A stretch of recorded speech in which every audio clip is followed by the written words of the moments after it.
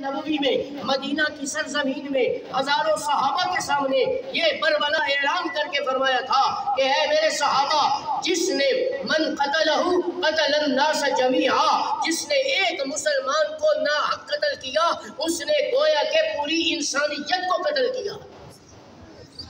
اس مقدس رات میں،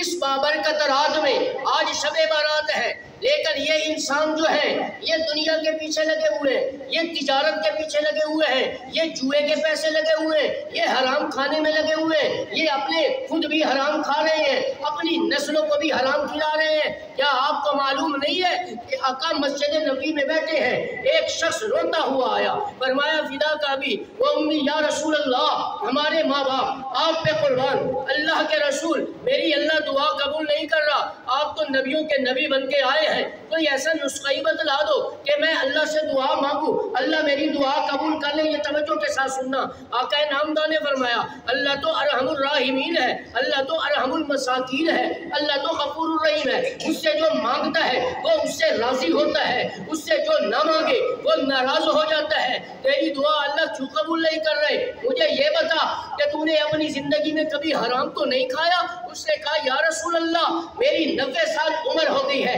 میں نے اپنی زندگی میں ایک مرتبہ حرام کھایا۔ آقا نے فرمایا اس لیے اللہ تیری دعا قبول نہیں کرتا۔ آج ہم خود بھی حرام کھا رہے ہیں،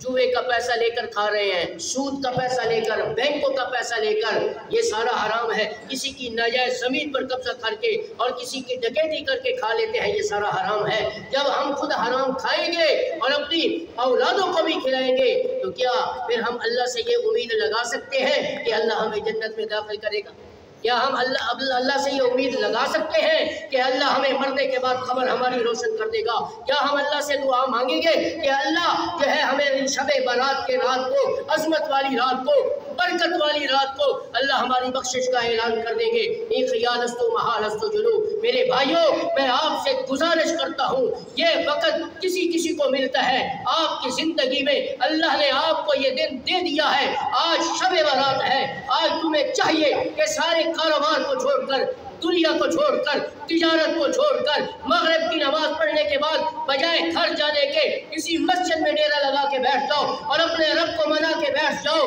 کہ اللہ جب تک تو راضی نہیں ہوگا ہم تیرے گھر کو نہیں چھوڑیں گے، جب تک تو ہم سے ناراض ہے ہم آپ کو راضی کر کے جائیں گے۔ اے اللہ تو تو ارحم الراحمین ہے، تو تو اکمل الاکملین ہے، ہم تیری فضل و کرم سے، ہم تیری دی ہوئی طاقت سے ہم اپنے گھروں کو چھوڑ کر اللہ تیرے گھر میں آئے ہیں۔ تیرے نبی کا فرمان ہے جو اس مقدس رات اپنے گھروں کو چھوڑ کر اللہ کی رضا کے لیے صلاۃ التسبیح پڑھتا ہے اس کی دعا قبول ہوتی ہے، جو نوافل پڑھتا ہے اس کے نفل اللہ قبول کرتا ہے۔ خود اللہ آسمان دنیا پر اعلان کرتے ہیں، فرشتوں کو کہتے ہیں فرشتے چکر لگاؤ، کون میرا بندہ کس حالت میں تمہیں نظر آ رہا ہے؟ حدیث میں آتا ہے فرشتے چکر لگاتے ہیں، کوئی عبادت کر رہا ہوتا ہے وہ اس کی عبادت میں شامل ہو جاتے ہیں، کوئی دعا کر رہا ہوتا ہے وہ اس کی دعا میں آمین کہتے ہیں، کوئی نماز پڑھ رہا ہے وہ اس کی نماز کو دیکھتے ہیں، کوئی دعا مانگ رہا ہے وہ اس کے ساتھ شامل ہوتے ہیں، کوئی ذکر کر رہا ہوتا ہے وہ اس کے ساتھ شامل ہوتے ہیں،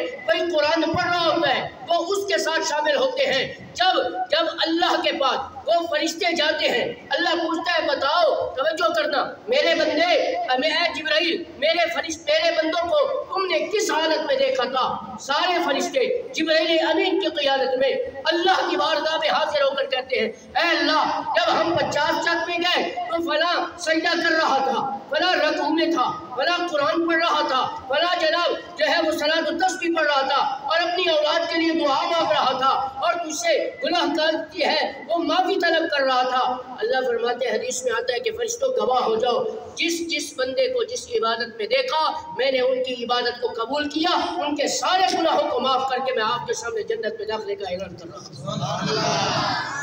میرے بھائیوں، آج آپ کو پتہ ہے کہ مقدس رات پھر عظمت قرآن، استقبال رمضان اور استقبال قرآن، رمضان آنے والا ہے۔ صحابہ کرام کا کیا معمول ہوتا تھا کہ رجب شعبان سے پہلے جو مہینہ گزرا عربی اسلامی، اس مقدس مہینے میں جن کے ذمہ زکوٰۃ بنتی تھی وہ زکوٰۃ دے کر فارغ ہو جاتے تھے، جن کے ذمہ عشر بنتا تھا وہ عشر دے کے فارغ ہو جاتے تھے، صدقہ دے کر فارغ ہو جاتے تھے کہ اس کے بعد شعبان آنا ہے، پھر شعبان کے بعد رمضان آنا ہے۔ رمضان کے استقبال کے لیے، تیاری کے لیے وہ 2 مہینے پہلے صحابہ اللہ کی عبادت میں مشغول ہو جاتے ہیں۔ اور آج کی یہ امت، شعبان بھی گزر جاتا ہے، رمضان بھی آ جاتا ہے، 90 سال کی عمر والے لوگ جو اپنے آپ کو مسلمان کہلاتے ہیں، جو اپنے آپ کو رسول اللہ صلی اللہ علیہ وسلم کا عاشق ہونے کا دعویٰ کرتے ہیں، 90 سال کی عمر کے لوگ اس مقدس مہینے میں روزہ نہیں رکھتے۔ کیا آپ نہیں دیکھتے؟ بازاروں میں جا کر دیکھو، اب بھی کسی کو اللہ نصیب کرے رمضان کا مہینہ، تم دیکھ لینا آج مسلمانوں کے اندر غیرت اور حمیت ختم ہو چکی ہے، ایک روزہ نہیں رکھتے، پھر بازاروں میں سب کے سامنے کھا رہے ہوتے اور پی رہے ہوتے۔ ایک یہودی حضرت صحابہ کرام رضوان اللہ تعالیٰ علیہ مجمعین کے زمانے میں ایک یہودی کا بچہ وہ رمضان کے مہینے میں کھانے کی چیز لے کر بازار میں گزر رہا تھا، کھائے نہیں اس نے کوئی چیز، ہماری طرح نہیں کہ سب کچھ جو روزے دار ہے اس کے سامنے اسے تکلیف دینے کے لیے اس کے سامنے کھا رہے ہوتے ہیں، پھر روزے دار کو بھی تکلیف دے کر خوش ہو رہے ہوتے ہیں۔ وہ ہماری طرح نام کے مسلمان نہیں تھے، وہ یہودی جو اللہ کا نافرمان، اس کا یہودی بچہ بازار میں جب جا رہا تھا، رمضان کا مہینہ تھا، صحابہ کرام کا دور خلافت تھا، تو اس یہودی بچے کے باپ کو جب پتہ چلا کہ میرے بیٹے نے مسلمانوں کے مقدس اور عظمت والے مہینے کی توہین کی ہے کہ اس نے سب کے سامنے جو ہے وہ کھانے کی چیز جو ہے وہ بازار میں لے کر گزرا ہے، مسلمانوں کو تکلیف ہوئی ہے، مجھے یہ برداشت نہیں ہے۔ اس نے بچے کو بلایا اور اسے ڈانٹا اور سب کے سامنے ایک زوردار تھپڑ رسید کیا، اتنا زور سے مارا، مورخین لکھتے ہیں کہ وہ بچہ بے ہوش ہو کے گر پڑا۔ جب ہوش میں آیا اس کو اس نے سمجھایا، پھر اس کے بعد کچھ عرصے کے بعد اس یہودی کا انتقال ہو گیا، وہ اپنے رب کے پاس چلا گیا۔ کسی نے خواب میں دیکھا، اس یہودی سے پوچھا کہ بتا تو نے تو ساری زندگی اللہ کی نافرمانی کی ہے، کوئی ایسا کام نہیں کیا کہ جس سے اللہ بھی راضی ہو جائے، جس سے اللہ کا رسول بھی راضی ہو جائے، لیکن بتا کیا اللہ نے تیرے ساتھ قبر میں کیا معاملہ کیا ہے؟ اس یہودی نے کہا کہ اللہ نے مجھے مرنے کے بعد اسی دن ہی معاف کر کے جنت میں داخلے کا اعلان کر دیا تھا جب میں نے اسے رمضان المبارک کے مقدس مہینے کی عظمت بیان کرتے ہوئے اس کے منہ پہ تھپڑ رسید۔ ہم سے تو وہ یہودی اچھے تھے جو رمضان کے مقدس مہینے کا احترام تو کرتے تھے، ادب تو کرتے تھے، اور آج ہم جو رسول اللہ صلی اللہ علیہ وسلم کے امت ہونے کا دعویٰ کرنے والے عاشق، سمجھ آ رہی ہے؟ ایک تو داڑھی نہیں رکھتے، داڑھی مڑا کر فخر کرتے ہیں۔ رسول اللہ صلی اللہ علیہ وسلم کا عاشق کیا داڑھی مڑانے والا ہوا کرتا ہے؟ شراب پینے والا کیا رسول اللہ صلی اللہ علیہ وسلم کا عاشق ہوا کرتا ہے؟ یہ بابرکت محفل، کتنے خوش نصیب ہیں آپ لوگ کہ آج جمعۃ المبارک کے دن، جس کے بارے میں ابو ہریرہ رضی اللہ تعالیٰ فرماتے ہیں کہ رسول اللہ صلی اللہ علیہ وسلم نے فرمایا کہ جو مسلمان گھر سے جمعۃ المبارک کا دن غسل کر کے اور خوشبو لگا کے اچھے کپڑے پہن کر آہستہ آہستہ قدم رکھتے ہوئے جب مسجد میں آتا ہے، خاموش ہو کے بیٹھتا ہے، پوری تقریر خطیب کی سنتا ہے، خاموشی کے ساتھ سنتے پڑھتا ہے، خاموشی کے ساتھ نوافل پڑھتا ہے، خاموشی کے ساتھ دعا مانگتا ہے، پھر اس کے بعد خاموشی کے ساتھ گھر چلا جاتا ہے، ایسے میری امتی کے اللہ کے نبی فرماتے ہیں اللہ ایسے شخص کے ایک ایک قدم پر 10 لاکھ گناہ معاف کر رہا ہوتا، ایک قدم پر۔ اب پتہ نہیں، مجھے تو نہیں پتا کہ آپ کہاں سے چل کر آئے، اس علاقے کے ہیں، کہاں سے آئے ہیں، یہاں سے اب جو ہے کہاں سے آئے ہیں مجھے نہیں پتا، جتنے قدم اٹھائے یہ نہ سمجھنا کہ ہم وہاں ایسے ہی بس جا رہے ہیں۔ اس کی عظمت سنیے، رسول اللہ صلی اللہ علیہ وسلم کا فرمان کہ ایک ایک قدم پر 10 لاکھ گناہ ختم ہوتے ہیں، معاف کر دیے جاتے ہیں، 10 لاکھ نیکیاں لکھی جاتی ہیں، اور 10 لاکھ ان کے درجے ایک ایک قدم پہ بلند کر دیے جاتے ہیں۔ آپ اللہ کے گھر میں بیٹھے ہیں میرے بھائیوں، میں آپ سے یہ ہاتھ جوڑ کر آپ سے جو ہے وہ گزارش کرتا ہوں کہ خدا را جو ہو گیا سو ہو گیا، آپ اللہ اور اس کے رسول کے بن کر دکھائیں کہ اللہ اس دنیا میں تو نے اپنے نبی کی اطاعت کے لیے بھیجا تھا، تم نے اب اس دنیا میں عبادت کے لیے بھیجا تھا، تو نے اپنے نبی کو اس رمضان المبارک جیسے مقدس مہینے کی مقدس رات لیلۃ القدر کی رات کو اپنے نبی پر وہ کتاب اتاری ہے کہ جس کو لا ریب کہا جاتا ہے، جس کو بے مثال کہا جاتا ہے، جس کو عمدہ کہا جاتا ہے، ایسی لا ریب کتاب کہ محدثین نے لکھا ہے کہ جس قرآن کو اٹھانا بھی ثواب ہے، جس کا پڑھنا بھی ثواب ہے، جس کو دیکھنا بھی ثواب ہے، جس کا بوسہ لینا بھی ثواب ہے، اور جس پر عمل کرنا بھی عین ثواب اور عبادت سمجھا جاتا ہے۔